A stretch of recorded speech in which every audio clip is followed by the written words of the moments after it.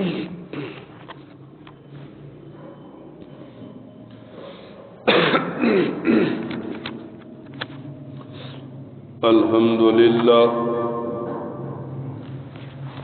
لله وكفى وسلام على عباده الذين اصطفى خصوصا على سيد الرسل وخاتم الأنبياء أما بعد وأعوذ بالله من الشيطان الرجيم بسم الله الرحمن الرحيم قال الله تبارك وتعالى بالكلامه المجيد كنتم خير أمة أخرجت للناس تأمرون بالمعروف وتنهون عن المنكر صدق الله مولانا العظيم إن الله وملائكته يصلون على النبي يا أيها الذين آمنوا صلوا عليه وسلموا تسليما اللهم صل على محمد وعلى آل محمد كما صليت على إبراهيم وعلى آل إبراهيم إنك حميد مجيد اللهم بارك على محمد وعلى آل محمد كما باركت على إبراهيم وعلى آل إبراهيم إنك حميد مجيد قرآن کریم کی ایک آیت مبارکہ کا ایک حصہ تلاوت کیا۔ اللہ رب العزت نبی کریم صلی اللہ علیہ وسلم کی امت کو مخاطب کر کے بتا رہے ہیں کہ تم ساری امتوں سے بہتر ہو، اور یہ بہتر ہونا اس وجہ سے ہے کہ تم لوگوں کو اچھائی کا حکم کرو گے اور برائی سے منع کرو گے۔ پہلے یہ کام انبیاء کے سپرد تھا، نبی کریم صلی اللہ علیہ وسلم کی امت کو فضیلت دی گئی اور یہ کام امت کے حوالے کر دیا گیا۔ اب فرماتے ہیں جب انسان کو بالخصوص مسلمان کو دنیا میں بھیجا گیا تو مسلمان کو دنیا میں بھیجنے کے مقاصد تھے۔ علماء کتابوں میں لکھتے ہیں ایک مسلمان کو دنیا میں بھیجنے کے اللہ تعالیٰ کے 3 مقصد تھے۔ قرآن کریم میں آتا ہے اب ایک آدمی جو اپنے آپ کو مسلمان کہتا ہے اس کے بھیجنے کا مقصد فرائض کو ادا کرنا ہے، یعنی ایک آدمی جس عمر میں بھی کلمہ پڑھ کر مسلمان ہو جاتا ہے، اب نماز کا فریضہ دیکھے، زکوٰۃ کا فریضہ دیکھے، حج کا فریضہ دیکھے، رمضان کے روزوں کا فریضہ دیکھیں، یہ سارے فرائض اس کے ساتھ متعلق ہو جاتے ہیں کہ جو بندہ ان چیزوں کی بغیر کسی عذر کے استطاعت رکھتا ہے تو وہ نماز بھی پڑھے گا، وہ رمضان کے روزے بھی رکھے گا، زکوٰۃ بھی ادا کرے گا اور حج بھی کرے گا۔ تو مسلمان کے بھیجنے کا پہلا مقصد فرمایا فرائض کی ادائیگی ہے، اور ان سارے فرائض میں مقدم نماز کو کر دیا گیا۔ یوں آتا ہے حدیث کی کتابوں میں قیامت کے دن سب سے پہلے نماز کے بارے میں سوال ہوگا، جس کی نمازیں صحیح نکل آئیں اس کے باقی اعمال بھی صحیح نکل آئیں گے، جس کی نمازوں میں کمی ہوئی تو باقی اعمال میں بھی کمی پیش آ جائے گی۔ یعنی جب فریضہ سامنے رکھ دیا گیا تو یہ فریضہ اس مسلمان کو یہ بتا رہا ہے ویسے ادا کر جیسا کہ حکماً اتار دیا گیا۔ دوسرا مقصد انسان کا دنیا میں اللہ تعالیٰ کا خلیفہ بننا ہے۔ اللہ تعالیٰ نے فرشتوں سے ایک دن بات کی، میں ایک انسان بنا رہا ہوں جو دنیا کے اندر ہوگا، میری عبادت کرے گا۔ تو فرشتوں نے بتایا یہ نافرمانی کریں گے، گناہ کریں گے، لڑائی جھگڑے کریں گے، لیکن اللہ تعالیٰ نے آسان مسئلہ بتا دیا کہ وہ زمین پر میرا خلیفہ ہوگا۔ اب ایک انسان کو دیکھا جاتا ہے تو بعض باتیں انسان میں اللہ تعالیٰ والی پائی جاتی ہیں۔ انسان بھی سنتا ہے، اللہ تعالیٰ بھی سنتا ہے۔ انسان بھی دیکھتا ہے، اللہ تعالیٰ بھی دیکھتا ہے۔ یعنی خلیفہ بنانے کے بعد اللہ تعالیٰ نے بعض عادات انسان میں ڈال دی جو اس کی خلافت کو ظاہر کر رہے ہیں۔ اور تیسرا مقصد انسان کو دعوت دے دیا کہ لوگوں کو اچھائی کی طرف بلانا ہے، برائی سے منع کرنا ہے۔ آج ہمارے پاس ایک رواج چل پڑا، جب لوگ کسی کو اچھائی کی دعوت دیتے ہیں، اگلا قبول کر لیتا ہے تو خوش ہو جاتے ہیں، اگلا چھوڑ دیتا ہے، بات نہیں مانتا تو ناراض ہو جاتے ہیں۔ سیرت کی کتابوں میں یوں آتا ہے، نبی کریم صلی اللہ علیہ وسلم بار بار ابو جہل کو دین کی دعوت دیتے رہے، یہاں تک کتابوں میں آتا ہے کہ ایک دن ایسا ہوا، بڑا تیز طوفان چل رہا ہے، بارش ہے، کسی آدمی نے ابو جہل کے دروازے پر دستک دی۔ ابو جہل اپنی بیوی سے کہنے لگا، آج جو بھی ہوگا میں اس کی ہر مراد پوری کروں گا، ہر بات مان لوں گا۔ جب ابو جہل نے دروازہ کھولا، سامنے نبی کریم صلی اللہ علیہ وسلم کھڑے تھے اور یہ عرض کر رہے تھے کہ میں تجھے دین کی دعوت دے رہا ہوں، اسلام قبول کر لے، دنیا اور آخرت سنور جائے گی۔ تو ابو جہل کہنے لگا، اگر اس کے علاوہ تو کوئی بات بھی ہوتی تو میں مان لیتا، صرف اس دعوت کو قبول نہیں کرتا۔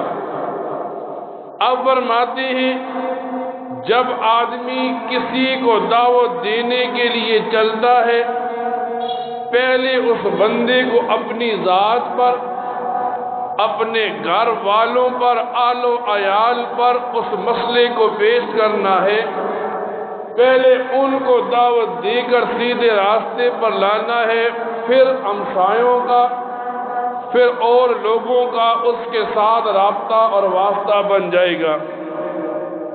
فرماتے ہیں جب آدمی کسی کے سامنے کسی کو بھی دین کی دعوت دے تو فرمایا درد دل کے ساتھ دے۔ یہ نہ ہو کہ ایک آدمی کسی کو نماز کے لیے بلاتا ہے تو ذہن میں یہ رکھی کہ میں اسے دعوت دے رہا ہوں، یہ مجھے نیک سمجھ لے گا، یہ سمجھے گا میں متقی ہوں۔ جب اس قسم کی بات ذہن میں رکھے گا تو یہ ریاکاری بن جائے گی اور اس کی یہ دعوت دینا اس کے لیے وبال بن جائے گا۔ دوسرا فرمایا انسان نبی کریم صلی اللہ علیہ وسلم کی نیت جیسے پورے عالم کی تھی، ہر بندے کے سامنے دین کی بات کو رکھے۔ کبھی یہ ہوتا ہے ایک جگہ قبول نہیں کی جاتی تو دوسری جگہ کے لوگ اس بات کو قبول کر لیتے ہیں۔ اور تیسرا یہ کہ علماء کی منشا کے مطابق ہو۔ آج کل لوگ دین سے متنفر ہو رہے ہیں اور یہ دین سے متنفر ہونا کئی قسم کی وجوہات ہیں۔ یا تو وہ لوگ لوگوں کو دین کی طرف بلاتے ہیں جو جاہل ہوتے ہیں، جو دین سے دور ہوتے ہیں، جنہیں علم نہیں ہوتا، جہالت کے بل پر لوگوں کو دین کی طرف بلانے کی کوشش کرتے ہیں، یا ایسے اپنے آپ کو علماء سمجھنے والے جن کے پاس علم تو ہوتا ہے، عمل نہیں ہوتا، اور وہ علم کے زور پر لوگوں کو قائل کرنے کی کوشش کرتے ہیں۔ فرمایا نبی کریم صلی اللہ علیہ وسلم کی زندگی ہمارے سامنے ہے کہ نبی کریم صلی اللہ علیہ وسلم جب بھی کسی کو کسی چیز کی دعوت دیتے، پہلے اس کام کو اپنے جسم پر لاگو کرتے، پھر اپنے گھر والوں پر لگاتے، پھر لوگوں کے سامنے اس مسئلے کو پیش کرتے۔ جب بندہ نبی علیہ السلام کے صحابہ کی زندگی کو پڑھتا ہے تو بندی کو دین اور دنیا اور آخرت کے سارے راستے آسانی کی طرف لے جاتے ہیں۔ نبی کریم صلی اللہ علیہ وسلم کے ایک صحابی حضرت ابو دردہ کے پاس ایک آدمی آیا اور ان سے کہنے لگا، مجھے ایسی نصیحت کیجئے جس کی وجہ سے میری دنیا اور آخرت آسان ہو جائے۔ تو حضرت ابو دردہ فرمانے لگے، میں تجھے 1 2 3 نہیں، میں تجھے 5 باتیں بتاؤں گا، اگر تو ان 5 باتوں کو اپنا لے گا تو تیری دنیا اور آخرت سنور جائے گی۔ پھر حضرت ابو دردہ فرمانے لگے، پہلی بات یہ کہ اپنے کھانے اور پینے کو، اپنے اوڑھنے کو پاکیزہ بنا لو۔ جب تیرا کھانا پینا پاکیزہ بن جائے گا تو تیرے اعمال میں نورانیت آ جائے گی۔ حدیث کی کتابوں میں آتا ہے، نبی کریم صلی اللہ علیہ وسلم فرماتے ہیں، اگر ایک بندہ 1 لقمہ کھا لیتا ہے حرام کا، مشتبہ کا، تو 40 دن تک اس کی کوئی عبادت اللہ کے ہاں قبول نہیں ہوتی۔ حجاج بن یوسف کا قصہ کتابوں میں موجود ہے۔ حجاج بن یوسف اس امت کے ظالم لوگوں میں سے ایک آدمی گزرا۔ جب اس نے سنا کہ علماء اس کے خلاف ہیں، بد دعا کر رہے ہیں، تو اس نے علماء کے لیے دعا کی، پھر علماء کو دعوت دی۔ فرماتے یوں ہوا، جب علماء نے کھانا کھا لیا تو حجاج بن یوسف اپنے لوگوں سے کہنے لگا، اب 40 دن تک تو ان کی دعا قبول نہیں ہوگی کہ میں نے انہیں حرام کا لقمہ کھلا دیا۔ تو جب آدمی حلال کھاتا ہے پھر اس کے لیے دنیا اور آخرت میں آسانیاں ہیں۔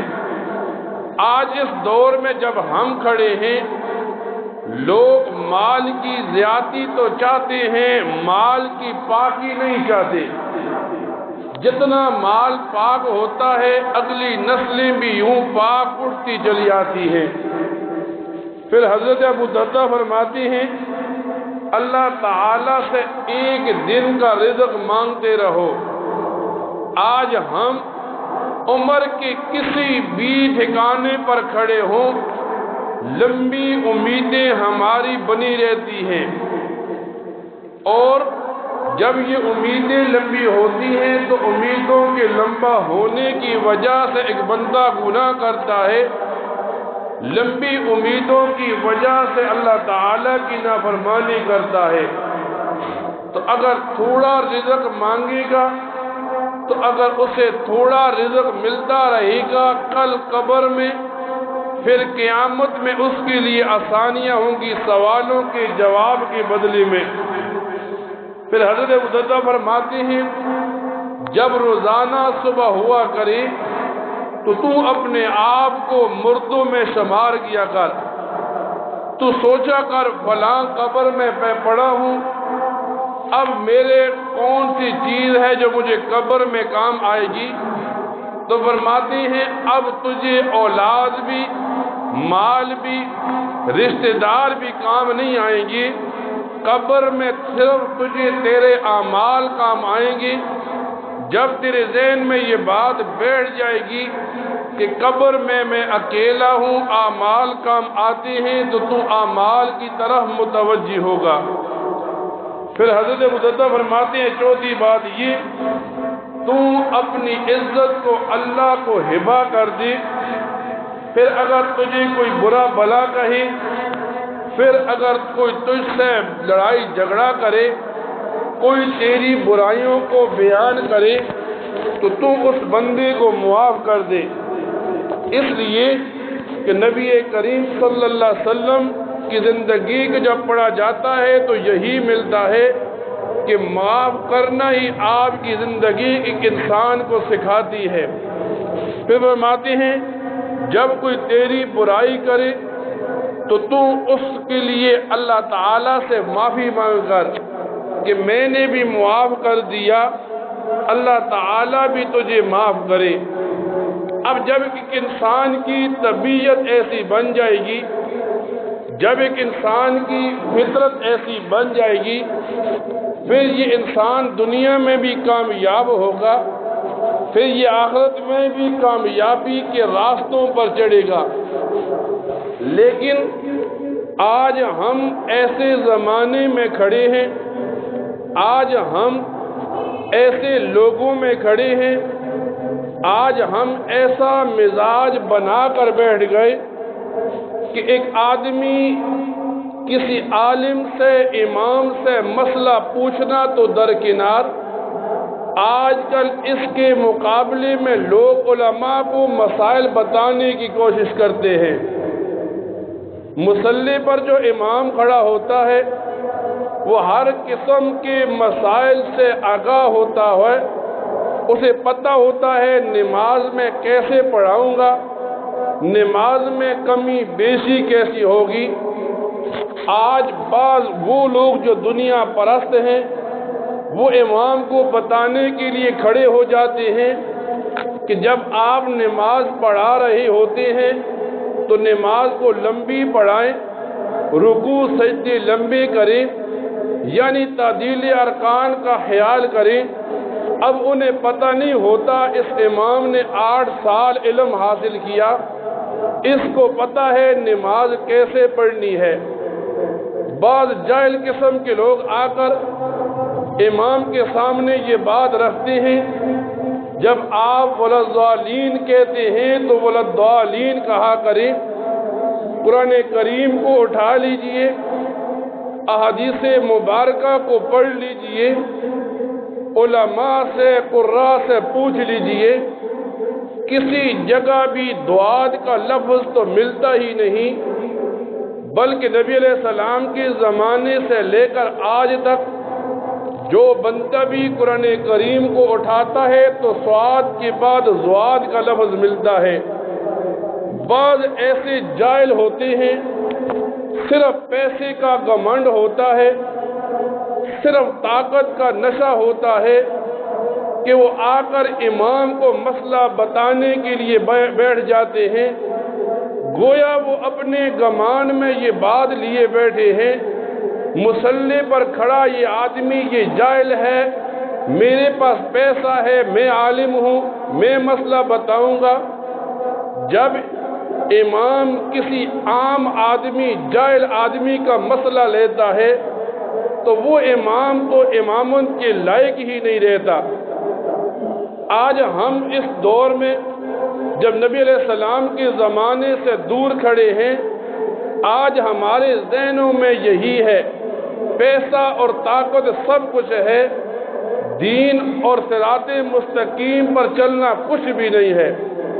تو ایک مسلمان کو پتہ ہونا چاہیے، امام جب مصلی پر کھڑا ہوتا ہے، جتنے آدمی پیچھے نماز پڑھتے ہیں سب کی ذمہ داری امام پر ہوتی ہے۔ اگر امام کی وضو میں فرق ہوا، نماز میں فرق ہوا تو سب کی نماز خراب ہوتی ہے، لیکن اگر سب نے صحیح نماز پڑھ لی، جتنے آدمی امام کی پیچھے نماز پڑھتے ہیں سب کا ثواب امام کو بھی ملتا ہے۔ تو ہم اپنی طبیعت یہ بنائیں کہ ہم پوچھنے کی کوشش کریں، بتانے کی کوشش نہ کریں۔ جب ہم پوچھنے کے لیے کھڑے ہوں گے، صحابہ کرام کی تعریفیں اس لیے کی جاتی ہیں کہ صحابہ کرام نبی کریم صلی اللہ علیہ وسلم سے پوچھا کرتے تھے۔ جب ایک جاہل ایک مقتدی امام سے پوچھتا ہے تو وہ شاباش کے لائق ہوتا ہے، اور جب ایک جاہل یا مقتدی امام کو بتاتا ہے پھر وہ لہن تان کے تو قابل ہے، شاباش کے قابل نہیں رہتا۔ تو اسی لیے ہم طبیعت بنائیں، جس کے پیچھے ہم نماز پڑھیں کم از کم اس کا ادب و احترام کریں، چھوٹا ہو بڑا ہو مصلی پر کھڑا ہے، جب احترام ذہن میں ہوگا پھر ہمیں نماز میں عبادت میں سرور آئے گا۔ اللہ تعالیٰ سے دعا کیا کریں، اللہ تعالیٰ ان باتوں کو سننے کے بعد ان پر عمل کرنے کی توفیق عطا فرمائے۔ وآخر دعوانا الحمد للہ رب العالمین۔